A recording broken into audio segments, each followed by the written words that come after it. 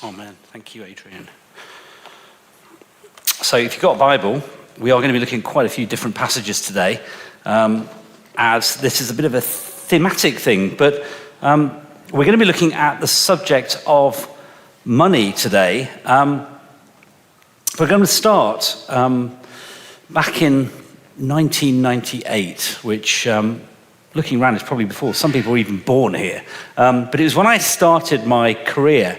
Now, I was a rather tragic individual in the sense that I decided at the age of 14 that I wanted to practice as a lawyer.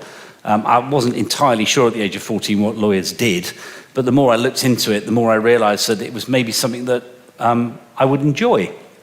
But I'll be honest, I was probably a bit naive, because I remember on that sort of first day, that first week, when I started my training contract at a firm in Birmingham, where somebody sat us down and they talked us through what you could earn as a lawyer. And I'll be honest, my mouth fell open, because I didn't have any idea that people earned that much money. My parents basically had quite modest jobs, and this was an eye-watering amount that you could potentially earn as a lawyer. And I was a Christian then, and I felt immediately within me a conflict. Because the previous year I'd been at law school, and a very, very good friend of mine, Richard, had decided he didn't want to become a lawyer. He was going to go to Bible college, and he was going to go and train to become a full-time minister. And in fact, some of us had actually helped him pay off his law school fees, so that it would essentially release him from the contract that he'd had. And I thought, is this something that I should be doing as well? So the whole thing about money, I'm sharing this with you today because, for me, this is profoundly challenging to talk about. Because I am somebody here who, I am in a very good job. I do earn a good amount of money with what I do. And so for me, the notion of serving two masters, this is real. This is a very real thing for me. Now, I'm not sure why Adrian chose me to do the first one today. He's doing the other three. But I want to say, it's a challenge for me, but it should be a challenge for all of us as we look at it. Because if we look at the Bible talks about money almost more than anything else that would affect us in daily life. There's huge numbers of references to money, more you can imagine. And why? Because it's an issue. It's a big issue. Because on the one hand, we are giving gifting, we are giving creativity, we're given entrepreneurship, we're given the capacity for hard work. And in one sense, we think, well, making money, having a career as Christians should not be a bad thing. Because since the beginning of time, human beings have managed to emerge from caves or crude shelters because of these giftings, because of this entrepreneurship, because of this hard work. And nowadays, we've got the capacity to have all these things because of what actually our ancestors did to build the world that we're in today. And money is the currency of that world. In fact, we only need to look at Paul's letter to the Thessalonians, 1 Thessalonians, when he says in chapters 4, verses 10 and 12, "Yet we urge you, brothers and sisters, to do more and more, and to make it your ambition to lead a quiet life. You should mind your own business and work with your hands, just as we told you, so that your daily life may win the respect of outsiders, and that you won't be dependent on anybody." And the reason that Paul says this is that actually part of the daily worship, the daily walk as Christians, is that we should work. We should be responsible for our own well-being, so that we're not dependent on other people. So what is the problem? Why is there so much reference to money in the Bible? Why does the Bible rate it as being so important? Well, CAP, Christians Against Poverty, which is a charity that we very much support as a church, they wrote an article earlier this year on the issue of the Bible and money. And they actually said there are two common misconceptions amongst people about money. Number one, having plenty of money or being rich is inherently evil. That's one misconception. And secondly, not being rich automatically means a person is perfect or righteous or more loved by God. So that, if you like, there's a tension in both of these things. But there's a sense if people have more money, it is much harder for them. In fact, probably the most famous verse on money that's often misquoted within the Bible is this one in 1 Timothy 6:10, where it said, "For the love of money is a root of all kinds of evil. Some people eager for money have wandered from the faith and pierced themselves with many griefs." And of course, it's often misquoted because people say that money is the root of all evil. And as we'll go on to see, money itself is not the root of all evil. The issue is, and I'll keep coming back to this without any apology at all because the Bible is very clear on this, it is the heart. And that is what we're talking about and focusing on today. Last Tuesday, I took Oliver, my son, on a day trip to Dublin. And we went to the National Portrait Gallery, which is one of my favourite places there. And they've got all the ancient portraits, but they've also got some rather more modern ones. And one of them is this chap, Bono, who's still alive. He's the lead singer of U2. Now, Bono wrote in his memoir about how, when he was a younger man, he felt that the struggle was in the world out there. He thought, if I can just, it's going to be a hard struggle, but if I can persuade the world to change, there'll be something good that's come out of my life. And he said, I can sort myself out, but it's sorting the world out that is the issue. And he reflected in his memoir as a much, much older man. He said, I've actually realized, as I've got more rich, as I've got more famous, as I've got more powerful, you can actually do things to change the world. You genuinely can. But what I've realized, actually, the hardest thing is changing the heart. He said the struggle actually is within. And that is the heart of the issue with money. So, we're going to look at two questions today, 2 points today, and ask these questions. Number one, is wealth creation, or money, is it good or is it bad? And secondly, what does the Bible itself warn us about wealth once we have it? So, is wealth creation good or bad? And what the Bible warns us about wealth itself. Sorry if you can't read that, but I'll be going through it. So firstly, is wealth creation good or bad? Well, Christianity, almost unlike every other major religion, is actually really quite positive about the material world. You see, Christianity, right from the start in Genesis, shows that God creates the world. It's not an illusion, it's not a spiritual concept, it's a material thing, it's a real thing. And we see that wonderful thing in Genesis. God goes out, creates the world, and we get to verse 31 of Genesis chapter 1, and God saw all that he had made, and it was very good. See, God delighted in his creation, in what he had done. And for us, we don't live in an illusory world. As the famous song goes, we live in a material world. It was created deliberately. And even our future, even the new heaven and new earth, will be material. The second point, again, also in Genesis, is that we weren't just created just to look over creation. We were actually created for a purpose. If we look at Genesis 1, 27 and 28, so God created mankind in his own image. In the image of God, he created them. Male and female, he created them. God blessed them, and he said to them, be fruitful and increase in number. Fill the earth and subdue it. Rule over the fish in the sea and the birds in the sky, and over every living creature that moves on the ground. You see, we're not there just to be like park rangers driving through the reserve. We're actually called to be gardeners. We are actually called to manage the creation on behalf of God. Look at the parable of the talents that Jesus says, where obviously Jesus is talking about how we deal with the gifts that we have. But fundamentally, the person who actually goes and invests the talents and makes more money out of it is the one who is fundamentally the one who's done the right thing, because they have used their giftings for what they're purposed.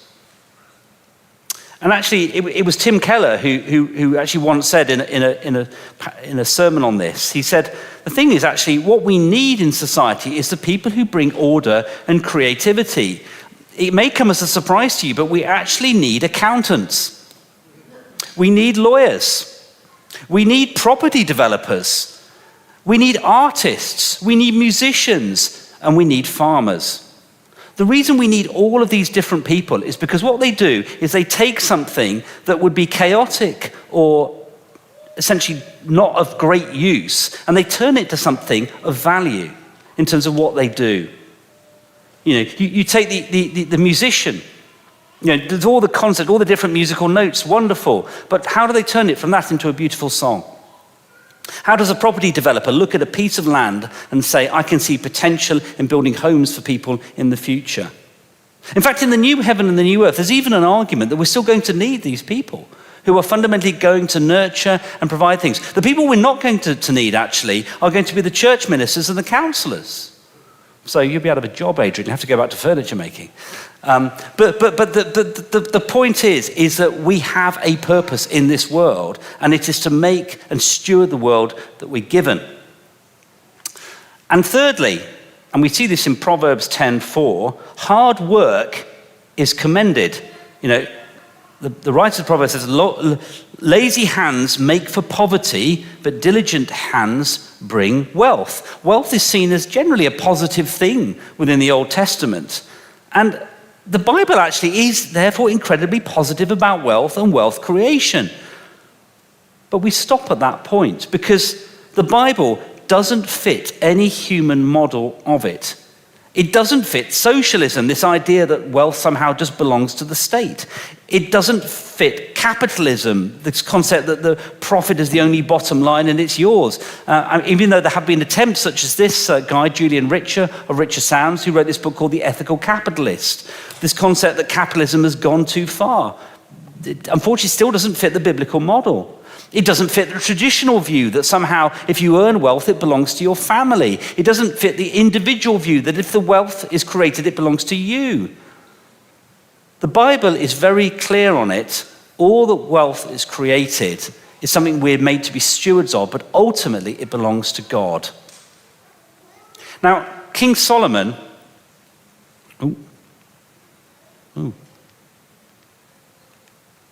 where's the rest of my slides gone? Oh, okay. All right, you'll have to bear with me without any more slides. Okay, so King Solomon was probably the richest man that's ever lived. To put it in context, at the moment, Elon Musk is probably considered to be the world's richest man. He's worth, as of yesterday, 411 billion pounds, which seems, or $1 billion, I should say, which seems quite a lot. Just to put it in context, King Solomon was worth $2.2 trillion. So he was worth 5.5 times Elon Musk. So he's pretty wealthy. And actually, if you look at 2 Chronicles 1:8-12, there's an exchange between God and King Solomon. So 2 Chronicles 1:8-12. Solomon answered God, "You have shown great kindness to David my father and have made me king in his place. Now, Lord God, let your promise to my father David be confirmed, for you have made me king over a people who are as numerous as the dust of the earth. Give me wisdom and knowledge that I may lead this people, for who is able to govern this great people of yours?" And God said to Solomon, "Since this is your heart's desire and you've not asked for wealth, possessions or honor, nor for the death of your enemies, and since you have not asked for a long life, but for wisdom and knowledge to govern my people over whom I have made you king, therefore wisdom and honor will be given to you. And I will also give you wealth, possessions and honor, such as no king who was before you ever had, and none after you will have." See, the problem here is, well, you can see here in this passage that God did not have a problem with giving King Solomon wealth and wisdom. He didn't. And why? Because King Solomon's heart was right, in the sense he had a servant heart. He fundamentally wanted to serve God first and foremost. And God was then to bless him because of what King Solomon, what his heart was. And this is the crux of the matter. Because the Bible, whilst being incredibly positive about wealth and wealth creation, is also incredibly negative on wealth creation and money as well. Because if the heart is not right, money and wealth can become an incredibly dangerous thing. And it's because money itself has a power. So the second point today is, what does the Bible warn us about wealth itself? Now, there was a famous quote from the film Wall Street in 1987. You probably, if you've ever seen the film or heard of it, there's a character called Gordon Gekko who says that greed is good. It was like the height of the sort of boom of capitalism in the 1980s, and Wall Street was all about it. But there's another character in the film called Hal, played by the actor Hal, who says, the trouble is with money, it makes you do things you don't want to do. The trouble with money is it makes you do things that you don't want to do. It was a real truism within that film. Because, and this is the problem, and I can relate to this as well. So my job is, what I do is, I mostly do transactions in property, usually often quite high value ones, that sort of thing. And they're often incredibly complicated. You've got to bring a lot of different things together and solve a lot of problems along the way. And when it happens, you get an adrenaline high. There's no two ways about it. And I'll be honest, that's one of the reasons why I enjoy my job, because you get a satisfaction from a job well done. Now, in a sense, we're created like God to take satisfaction and pride in our work. But the thing is, that adrenaline high that we get is addictive. And actually, the reality is you're making money while you're doing this. And it's that little hit that you get that starts to become addictive. I've got some clients who are worth hundreds of millions of pounds. And I've actually shared to them about what Jesus says about things. And the problem is they don't want to get off the treadmill because they enjoy making money too much. That is a real problem. And that's the reason why we had that passage read just before, was of Jesus and the rich young ruler. And the main reason I chose that, because this talks at the very heart of the issue. I'm just going to speak very briefly from Matthew 19, 21 and 22. So verse 21, Jesus answered, if you want to be perfect, go sell your possessions and give to the poor, and you will have treasure in heaven. Then come follow me. And when the young man heard this, he went away sad because he had great wealth. Now, some people have looked at this passage and said, well, the problem was he had loads of wealth, so he's never going to enter the kingdom of heaven. That's actually a very simplistic way of looking at this, because you look at all the other encounters that Jesus had through lots of different people through the New Testament, and he was the only one out of all those encounters where Jesus said, you've got to give up everything, all your wealth, to follow me. He was the only one. He didn't say that to anyone else. In fact, if you contrast Jesus' encounter with Zacchaeus, so we see that in Luke 19, verses 1 to 10. And you'll know the story. Zacchaeus is a rich tax collector. He's wealthy. He wanted to see Jesus, he was, but Zacchaeus famously was very short, so he had to go and sit in the tree. And he saw Jesus coming that way. Now, Jesus reaches the spot. He looks up and he says, Zacchaeus, come down immediately. I must stay at your house today. So Zacchaeus comes down and he's welcomed gladly. Now, what's really interesting here is that the people look at Zacchaeus, they know he's the rich guy, and they say, Jesus has gone to be the guest of a sinner. But Zacchaeus stood up and said to the Lord, Lord, look, here and now I give you half of my possessions to the poor, and if I've cheated anyone out of anything, I will pay you back 4 times the amount. And Jesus says this, today salvation has come to this house, because this man too is the son of Abraham. For the Son of Man came to seek and save the lost. So there you have a contrast. The rich young ruler, who is unwilling to give up what he's got to go and follow Jesus, which is everything. Zacchaeus, who actually isn't giving up everything here. He's giving up half his possessions to the poor, and he's going to repay anyone else. And it's almost like the two characters either side of the cross in terms of the contrast between Jesus.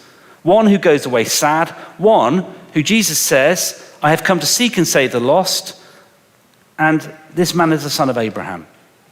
And what is the difference between those two men? It's the heart. Luke 12:15, life does not consist in an abundance of possessions. And the reality is the wealthier you get during life, the harder this becomes. Again, that passage from 1 Timothy 6:9 and 10. Those who want to get rich fall into temptation and a trap and into many foolish and harmful desires that plunge people into ruin. And for the love of money, notice the love of money is the root of all kinds of evil.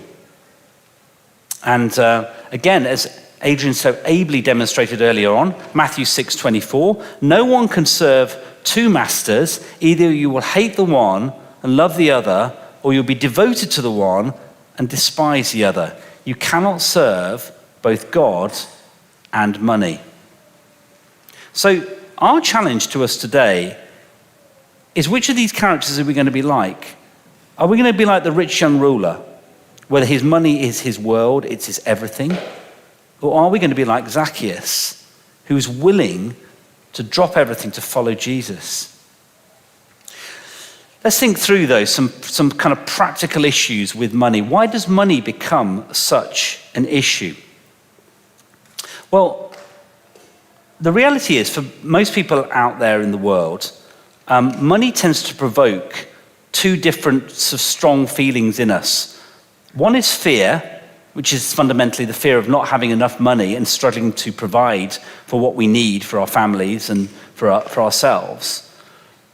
And then the other side is desire or greed. And these are both two quite powerful emotions that actually govern a lot of human beings. Now, if you're a Christian as well, you can add a further emotion to that as well. And that emotion is one of guilt. And often with guilt, because we know in our heart of hearts that to be nervous we haven't got enough money is show we're not trusting in God. And to kind of want more money is to think, well, that really is bad. We shouldn't be wanting that at all. And it leads then to anxiety, it leads to arguments, and it leads to us thinking, well, we've got to try and be comfortable here. We've got to find security. And part of the issue, and we're going to be looking at this, is how through actually truly trusting in what Jesus has said to each other, truly trusting in grace and the provision of God, can free us from this guilt. But guilt is an issue. Secondly, if we allow money to dominate us, we can actually choose to stay in jobs that are not right for us. We can stay in unfulfilling jobs that will brutalize us, but fundamentally, because they're making us money, we stay in them. And we ourselves limit what we can do as a result of these jobs. One of the great choices I felt I've had to make in my career is not choosing to go after jobs where you can earn so much more money by working so many more hours. And that's often a challenge today in a lot of people, is actually we can become so busy out there making money that actually we just sap all our time for our family, we sap all our time for our church and for relationships, and it can just destroy us because we feel that this is the thing that we should be doing. Thirdly, a danger with money is overwork and burnout. We can overwork and burn out if we're just pursuing money. What's really interesting, what's really radical actually about Christianity over, again, almost all the other religions, is it has this concept of Sabbath. So this was enshrined by God in Genesis. God didn't need to rest, he was God. But he chose to model this because he said, I want you to voluntarily give up 1/7 of the profits that you could earn by working on the Sabbath for your own well-being. That's the model from God. Now, how many people actually just carry on working all the time so they can make as much money as possible? If that's you, it's a challenge. Be challenged by that, because overwork and burnout is an issue. Fourthly, loss of identity. Because if money becomes our identity, or the security that it brings become our identity, we can start to lose our identity. We can be irrationally exuberant about it. And I think one of the things I've noticed is people who do earn a lot of money think that they're great at everything. And it doesn't provoke humility in us.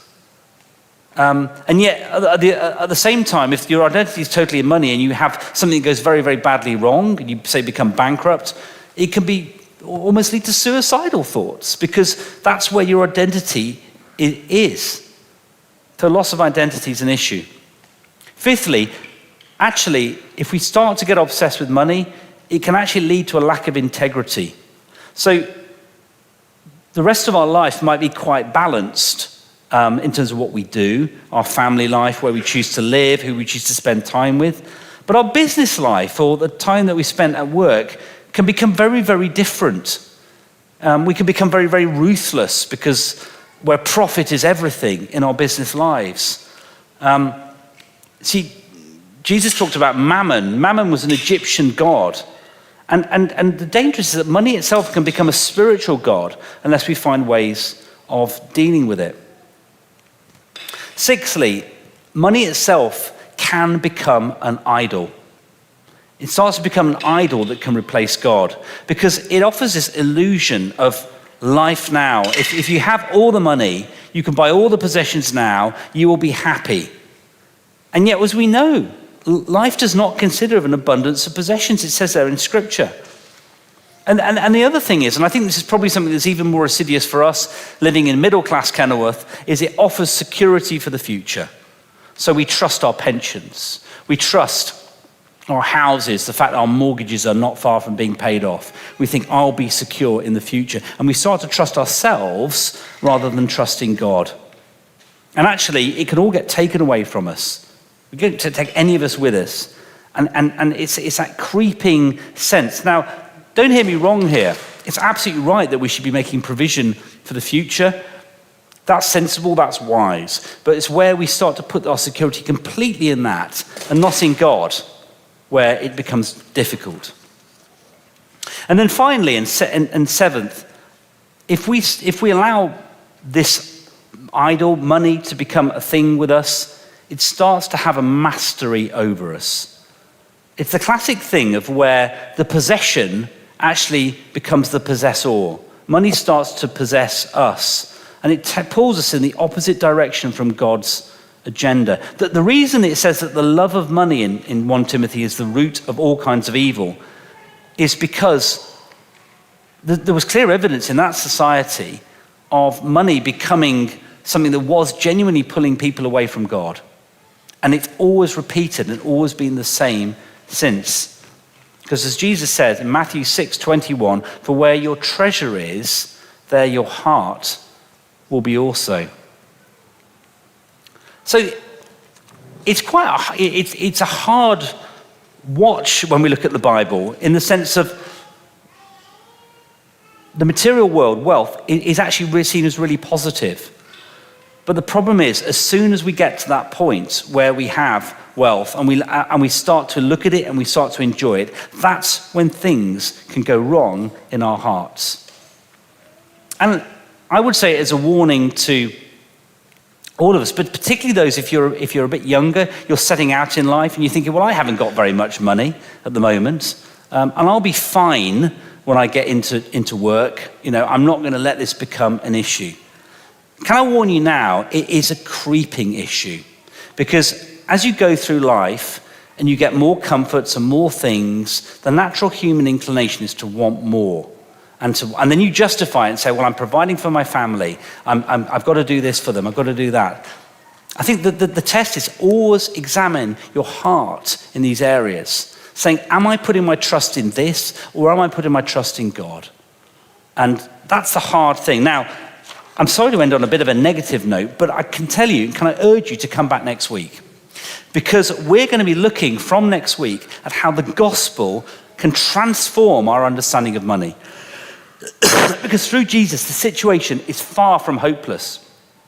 As we trust him, as we live for him, the Holy Spirit will be at work in us, helping us with this very area, helping us honor God in our approach to money, and actually looking at how money can be turned into a positive thing. One of the most amazing blessings of this church when we started it 6-7 years ago was the fact that we could be financially self-sustaining within almost straight away. The fact that when Adrian and Pippa came to join us, we had generous people within this church who were able to help buy a house for them in this town. That was an amazing thing. That was a great thing that the people in this church did. And it showed that actually money can be a great thing. It can be a great thing when used for the gospel. But always remember that. Think of the heart. We're going to sing as our final and